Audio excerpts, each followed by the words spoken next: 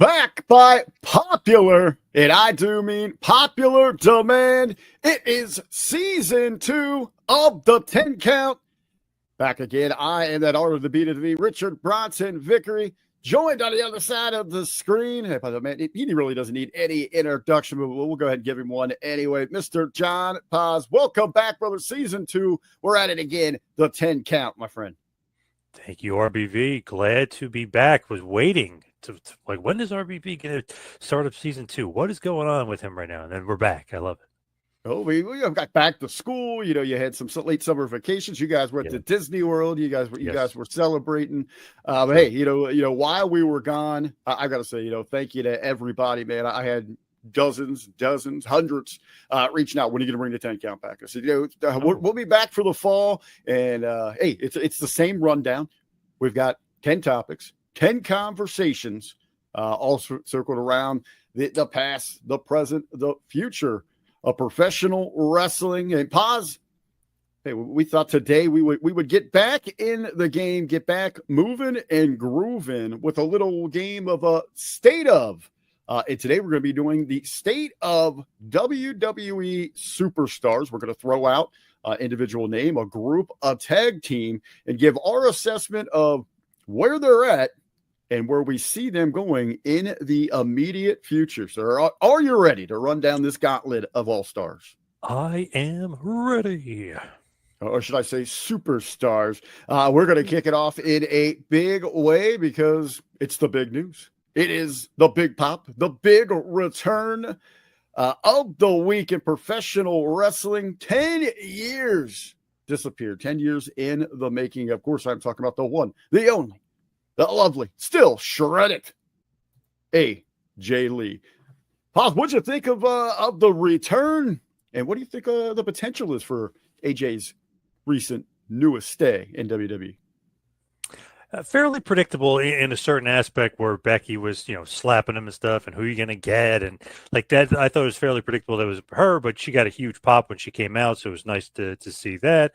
The rating got a huge pop as well. I know it's obviously you can't just rely on her because Brock Lesnar returned as well. So you got to kind of put that out there as well. But I did notice there was a big pop in the rating for that show, and it went head to head against the Chiefs Chargers game. I know it was on YouTube, but still goes head to head with football, which was I think 16.2 million viewers on that, and WWE took a 200K leap from the week before. So I mean that's a pretty significant number, especially in this day and age of TV when only 49% of people actually have cable. So I mean that's a huge number, huge leap for them. So good success there. Good job by her. She's been getting good pop. Nice little promo, obviously setting up the match for WrestlePalooza. I think everything's going kind of swimmingly there. Just my level of interest in it, I'm just not as interested. I'd rather see Punk kind of going after Rollins one-on-one or maybe a Punk heel turn. I'm just not interested in the man and wife versus man and wife angle of it. But AJ's doing great, and she looks like she's probably in the best shape of her life right now. She looks pretty good. Pretty damn good. Hold on. First and foremost, Poz, are you meaning to tell me that you and your wife aren't ready to just throw down with some neighbors over some disputes there in the New Jersey cul-de-sac? Come on. I mean, this is... Well, to be honest, a little bit of a secret here. Yes, because our neighbor keeps parking in the street. But yeah, I mean, no, everything's good. Oh, see, so you could relate to this. This is really why I do like the power couples, the couples feuding. You have that kind of dispute. But to AJ Lee's return here, and I have seen a lot of people, maybe our age, our fan demographic, that don't exactly get it. She wasn't that great in the ring back then. What's the big deal? I do want to, put out there, AJ Lee was the representative that transitioned, somebody that wanted to be a professional wrestler, that came up through the independents, trained by Jay Lethal, worked her tail off to get there. And this is during an era when we were heavily flooded with the magazine models.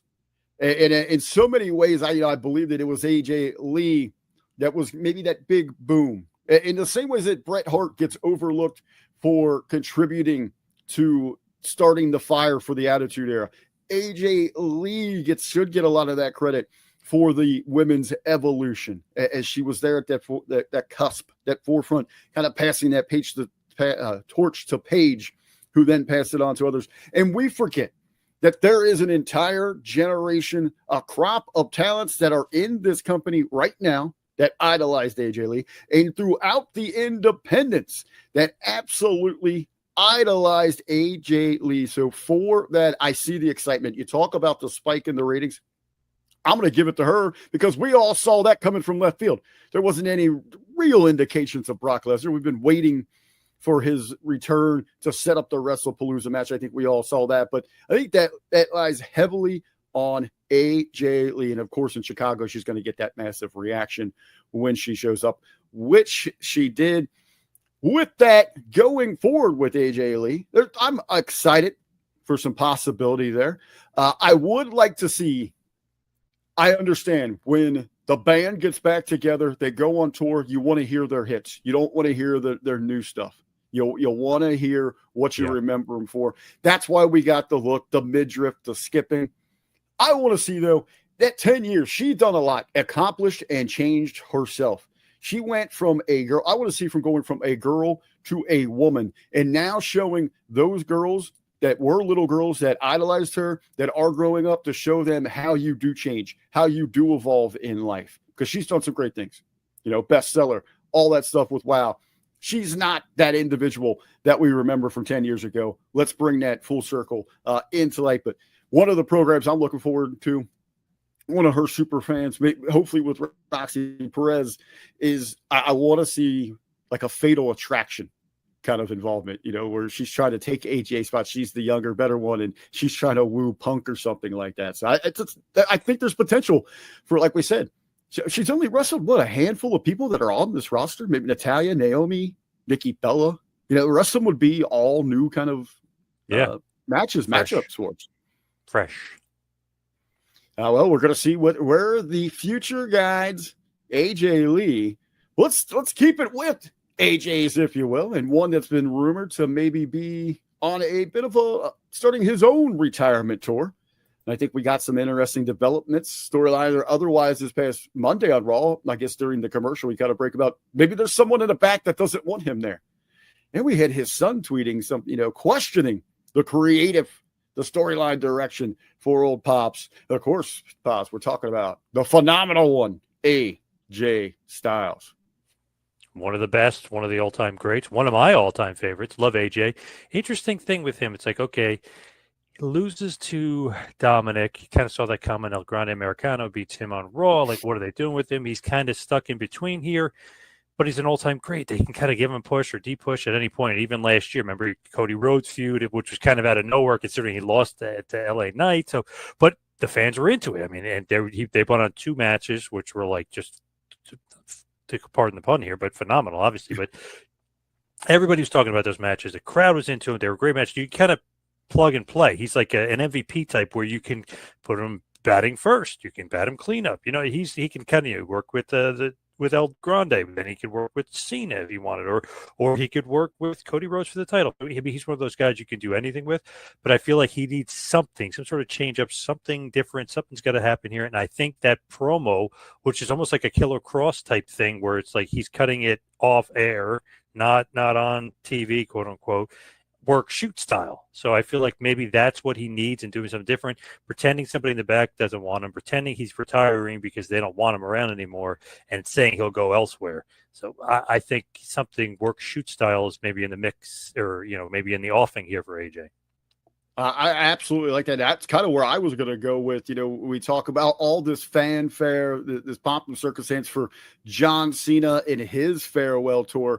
I think it would be so fitting for AJ Styles to do the exact opposite, where he almost feels ignored because, when he first, his first offer, he turned down, and it took him so long to get back to WWE. So many of us thought he'd never have that opportunity. And when they did give him the ball with it, he absolutely ran with it. But being the made man that he is, they'll heat him up, pull him back, pull him back. And sometimes I guess that could be a detriment to a talent, that they know that they can cool you right off, fire you back up. I'm with you, though. I would love to see this kind of be one of those, I was never supposed to be here. You never really wanted me here in the office, but I'm going to go out with a bang on my terms. And hopefully, and Yeah. nice to see. But I kind of like what you're saying. The shoot thing. I think it would be tremendous to see. Maybe I know we got Bound for Glory coming up, but maybe an extended run at some point there for TNA. Oh, could be. Never know. Could be. Who doesn't want him around? Triple H? Who's he alluding to there? There we go. That's going to be the big question. Who isn't, down with AJ Styles, and we'll have to stay tuned for that. But I am looking forward to what anything the Phenomenal One has to do. Pause. Let's take a look at a group of individuals here. At one point, they were kind of relied on to carry the red brand. We'd seen world championships in there, mid-card championships in there, tag team championships involved in there, women's championships. As a group, they've kind of done it all.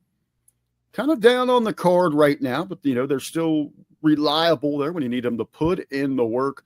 And, of course, Paz, I am talking about the Judgment Day. They've come a long way since Edge created them. It's hard to believe that it was Edge that was the one time that brought this band together. It's weird. It just seems like they just keep doing the same thing over and over. They go to the clubhouse, they have Dissension, and now there's a new girl in the group, and she's gone, and Liv's gone, and like Rhea was gone, and now it's Roxanne. Like, it just seems like rinse and repeat. A lot of like just easy booking. The only one that's really interesting to me, and I love Roxanne, obviously for many reasons, but Dominic is the only like interesting guy in the group with me. Like, Finn, you've been teasing this for like a year. Just turn it on already and start the feud. Like, but you got, like, honestly, you just got to end it. It's not the same as it was. Damian Priest is obviously not in it. Rhea Ripley's not in it. I feel like Dominic should just end it, maybe start his own faction. It's just not really needed or important anymore. It's faded. It's too rinse and repeat right now. Is it now that to me, they're okay where they are. They've fallen down the card. They're very suitable to keep an alliance together in that mid to lower card. We've even seen now the former women's tag team champions there with Roxy and Raquel. They're kind of putting over other individuals.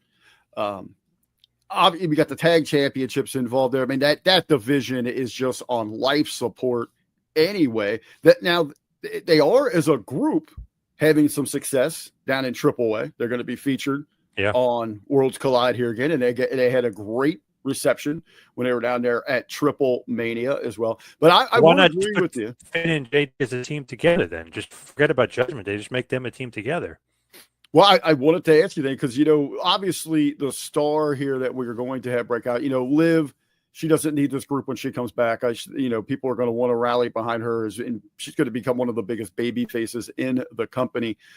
Is the group in some way still serviceable because you kind of need those henchmen for Dirty Dom? I mean, is he ready right now to fly on his own? I mean, legitimately, he is one of the ones in this company getting legit reactions where it's not a catchphrase or a sing-along. It is just an actual true heat. I would put him in his own group. He's ready to whatever. And it could involve El Grande Americano, of all people, believe it or not, because of this AAA connection that they got going on with them. So I would put him in his own faction, his own stable. Well, it's interesting you say El Grande Americano. Say his name, and one of them will appear. So that's our next name up here, Paz. El Grande Americano. And it's funny you mentioned Mexico. I think it's so unique with him and Dom. They have this incredible opportunity, I believe, where those two individuals, and with Americano, it's absolutely mind-blowing, but the two of them could be the most over babies in Mexico, and then be the most despised heels in North America. It's such an incredible dynamic that I hope that the company leans into. But where do you see any of the Americanos going right here? Right now in the U.S., I think they're awesome. Obviously, he just lost to AJ Styles, so it kind of shows you where his place in the card may or may not be. But I feel like in AAA in Mexico, I would run with it. Maybe you don't have Dom win the Mega Championship. Maybe have El Grande Americano win the Mega Championship.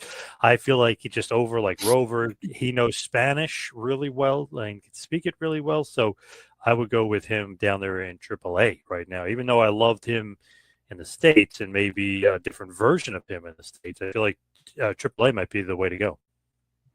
Well, now we've seen some different, presumably, individuals under the mask.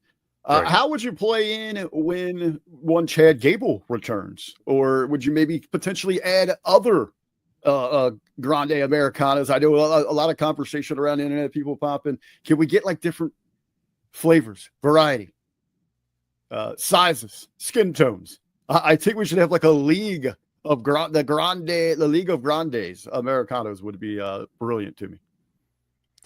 They could do something with that. That wouldn't be bad. That wouldn't be. I would have Chad be there, but have maybe this other Grande Americano as well. Obviously, whoever that third is it Pete Dunne? Whoever the hell that is, I would keep that going. That's just that's a good gimmick. Like Judgment Day is kind of old, whatever. This has so many legs to it. I feel like this character, or maybe a couple characters. Maybe this could be the one in Mexican tradition that eventually gets passed on and on and on, and we could see maybe for generations.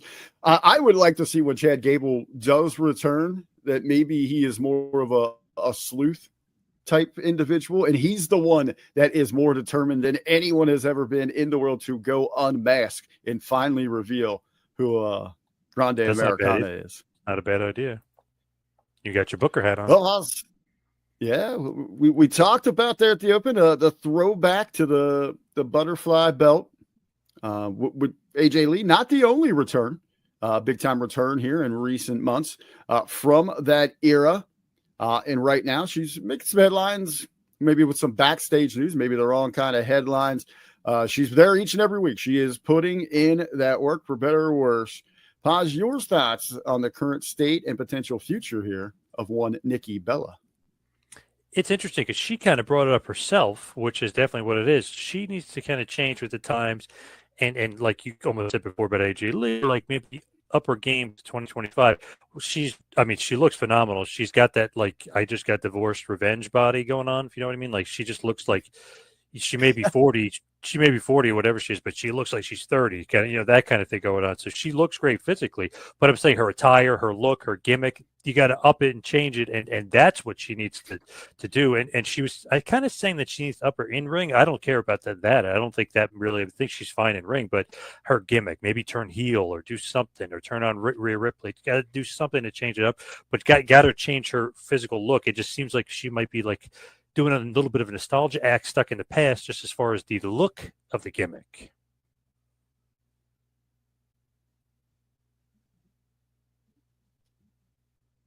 I agree with you. I mean, if there's anyone that needs to be brought up to speed and let us see the life that she has lived, what she has been through, because there's a lot of lessons that, that people did grow up watching her that they can see maybe what life holds for them. New fans that come in that can say, she was the belle of the ball there, and she's gone through some struggles. That's very relatable to people. They can use that in a baby face sense, or go the different dynamic and make it maybe like tap in to make her a modern day Vicky Guerrero. But I think her services for this company are best used outside of the ring. You're saying you're okay with how she handles herself bell to bell.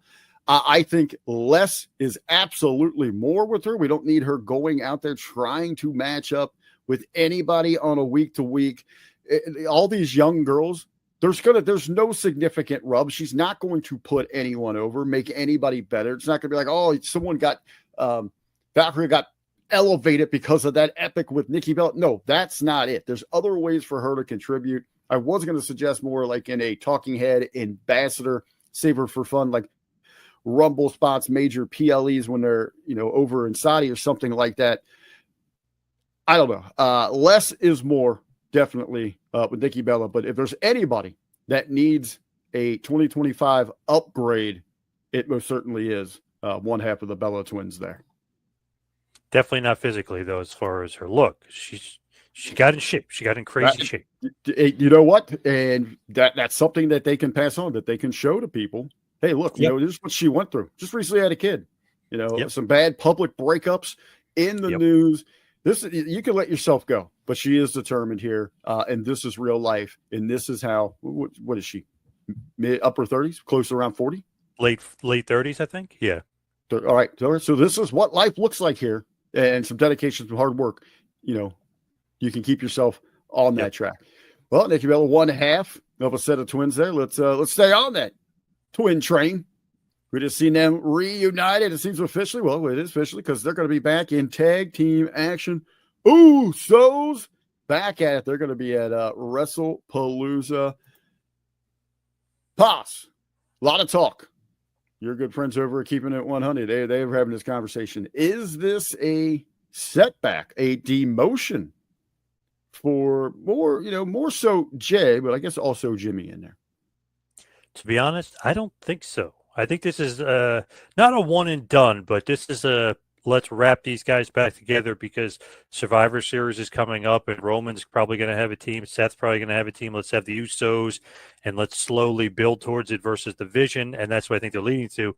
I really think that this was not like a desperation or we need something for the show. I do think that they did this because AEW was the same night and they wanted a bunch of different things headed into this pay-per-view, this WrestlePalooza, this PLE. I think that's the real reason. It's like, okay, we could do this. Let's put the Usos returning on to have a nice little push or whatever, which doesn't really mean that each one is going anywhere. Like, I think Jimmy's going to kind of stay in the mid-card. I think Jay's going to be upper mid-card main event type style, and he's going to end up feuding probably with maybe LA Knight and then continue feuding with Seth Rollins in that group. But I just feel like it was something they needed for WrestlePalooza PLE, like AJ Lee's return, Brock Lesnar, and the return of the Usos. Like, they're trying to really pump up this pay-per-view, this PLE. I think that's what this Uso return was all about to me. I think you're living a little too deep in the bubble, relying a little too heavily on that AEW conspiracy. Not saying that there isn't a little smoke, to that fire there, but I think if reigniting them is to entice and excite anyone, it's not to go the fans against AEW. It's the executives at ESPN. First time out after this new major partnership. You got to believe, they want to roll out the best of the best, the names that have been around for a while that the people at ESPN are going to recognize, first and foremost. Brock Lesnar, John Cena. I don't get much bigger than that when we're just talking about name power inside of the WWE roster. You put in there the mixed tag, the return of AJ Lee, CM Punk, who they're going to know that name. They know Seth Rollins, who has been getting a lot of coverage over on their network, dropping in on studio shows, making appearances, getting cameos. And the return of, and Triple H said the return of Cody Rhodes as well. Oh, Cody's going to be there. We know him. Actually, Triple H and Halliburton were on the Pat McAfee show today promoting, WrestlePalooza and the upcoming event. So I think there's more of that. But to the point of the conversation with the Usos, I think this was always something they were going to keep in their back pocket. Yeah, right now, there's really not a whole lot to do with Jay in the main event scene. They've got those spots occupied. So it's kind of a safety net to, be able to fall back on the tag team, fire up that Uso merch, start moving that again. People are going to get excited about it. I'm with you. I think, Big Jim, he is where he is. This is a safety net for Jay. And I didn't really think too much about it going in, the Survivor Series. But, yeah, you look at the Braun boys. I expect them to put a whooping on the Usos just to continue as Seth is kind of preoccupied, but keep that storyline moving of the Vision and the Bloodline having those bad ties with one another. Poz, you mentioned Cody Rhodes. Well, for every great hero, you need an incredible villain. And it looks like the one we're going to get that's going to be first up and maybe to carry us through the remainder of 2025 going after Cody is going to be Drew McIntyre.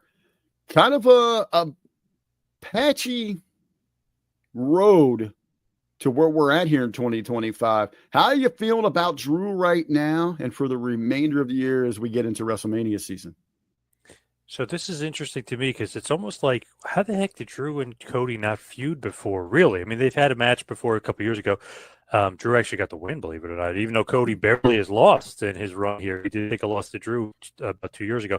Just interesting to me, like, how did they not feud? How the heck did they keep this in the back pocket? Because Cody's world title run initially, I love AJ Styles, but AJ wasn't being pushed as the top guy, so that was one of his feuds. Kevin Owens was one of his feuds, and Kevin Owens should never be anywhere near the title to me. It's just because he's not going to win it.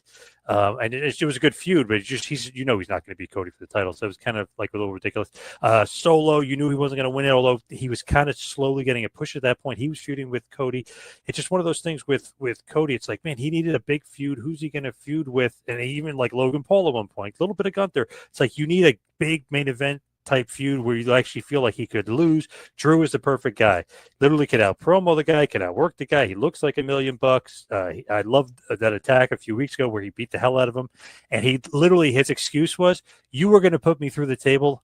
I did that before you could do that to me. So I was like, this guy, he gets it. Like absolute perfect guy, perfect heel. And if he beat Cody, who the hell could say like, oh, mistake, whatever? The guy's awesome. I mean, he looks like $1 million and wrestles like $1 million. Absolutely. The $1 million, you can absolutely print money with Drew. I mean, he is the prototype blueprint for a mega star, not a superstar, a mega star. Unfortunately for Drew, I do believe we were just talking about with AJ, he's one of those made men where he's so made that they realize they can cool him off for a while and heat him back up. And you always wonder, at some point there has to be a shelf life where people see through that heating up and they just tune out. I don't think this is going to be the case this run. I think we are looking forward to this program with Cody. We're going to be talking about this being the absolute best Drew McIntyre that we have ever seen. And that is saying something right there, ladies and gentlemen, because we have seen some greatness already. I think he's ready to go to that next level.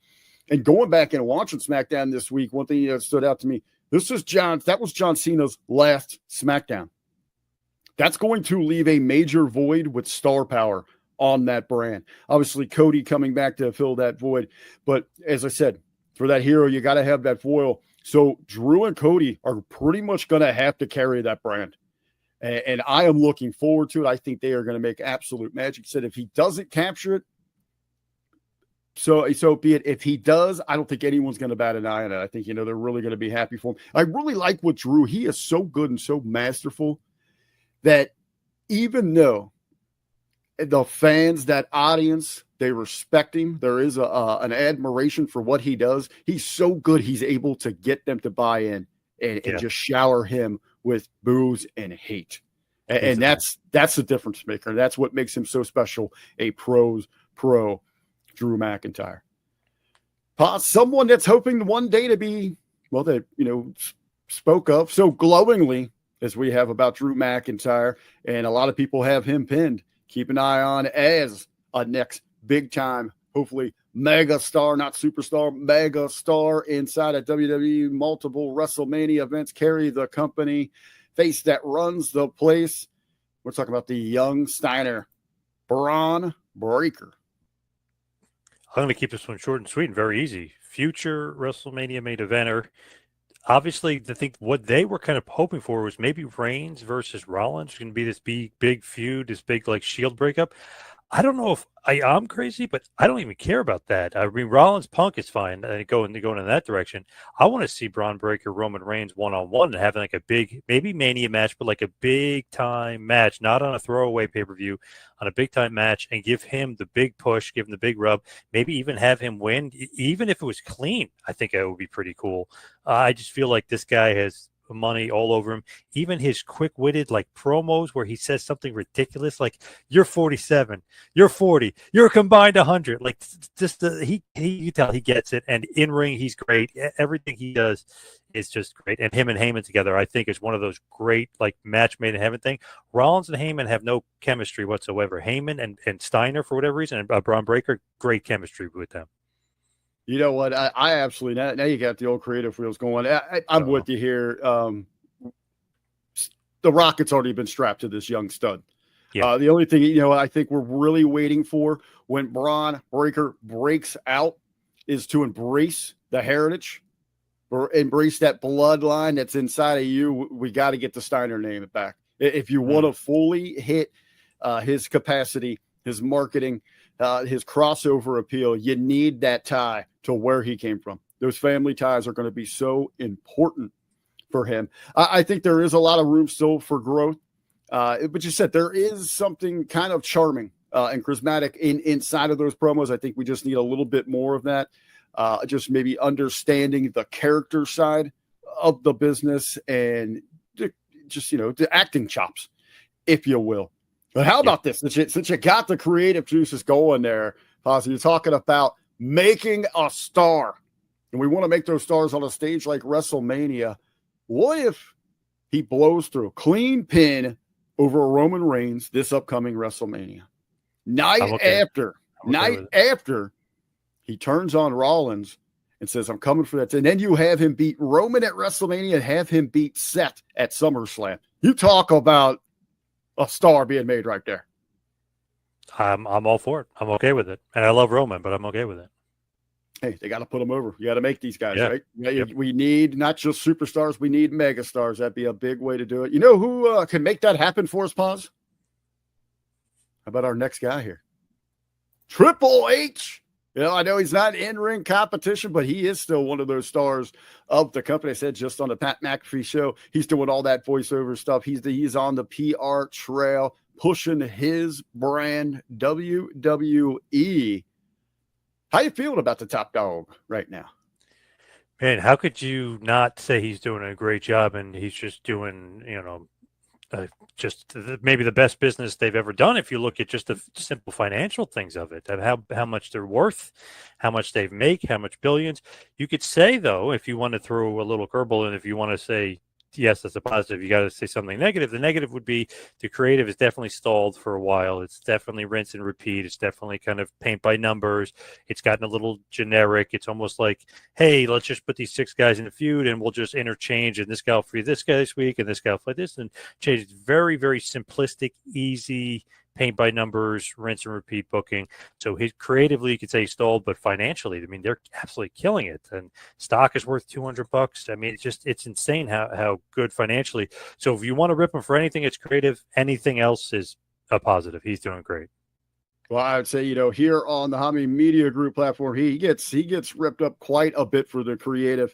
It's almost because they know business is so good. Everywhere else, as you said, there's no doubting the financials. We see the arenas, the record financial gates, the streaming deals that they have sold. It's almost like they know everything is so good that they can phone it in creatively. They get in a right direction. It's like, okay, I feel where this is going here, but they're only hitting on, I'll be generous here, probably 30 to 45% of what we should be getting. And it makes you, which makes you want to beat your head against the walls. How much better could business be all around if we had truly captivating characters that we connected with, storylines that we wanted to sink our teeth into, where it was, again, must see live television each and every week, just not a PLE, where you had to be there to tune in, not get a fast forward replay on Monday Night Raw, where you could skip and just get the clips of what happened on SmackDown on YouTube. How much better could it be if they were truly hitting full cylinder? Even 75, 80% on creative would be a tremendous improvement. And Poz, when you talk about these record financials, really, how much of that is Triple H? That all seems like above his pay grade. That is Nick Khan, Ari Emanuel, and those other snake oil salesmen there at TKO. They're doing a hell of a job, especially getting these streaming services, these metro areas to buy in, to give them all these tax breaks, these kickbacks to bring in these mega events.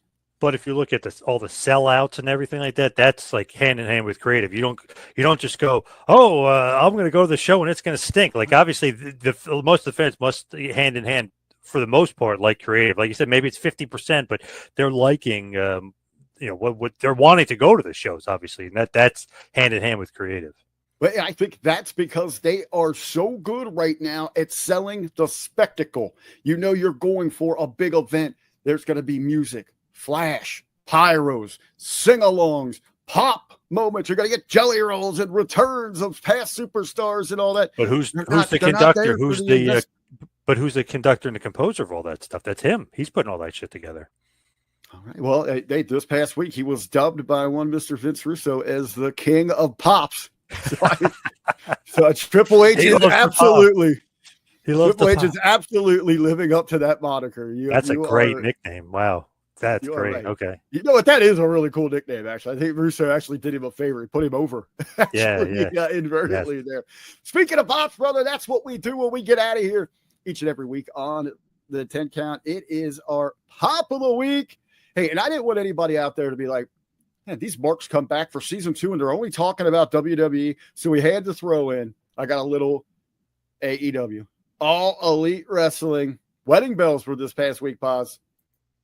True love has been found. Oh, nice. MJF. And, well, we have his new bride with top, but he's got future plans. Hey, and it won't be the first time that we've seen a wrestling championship with a pearl necklace on it. Oh.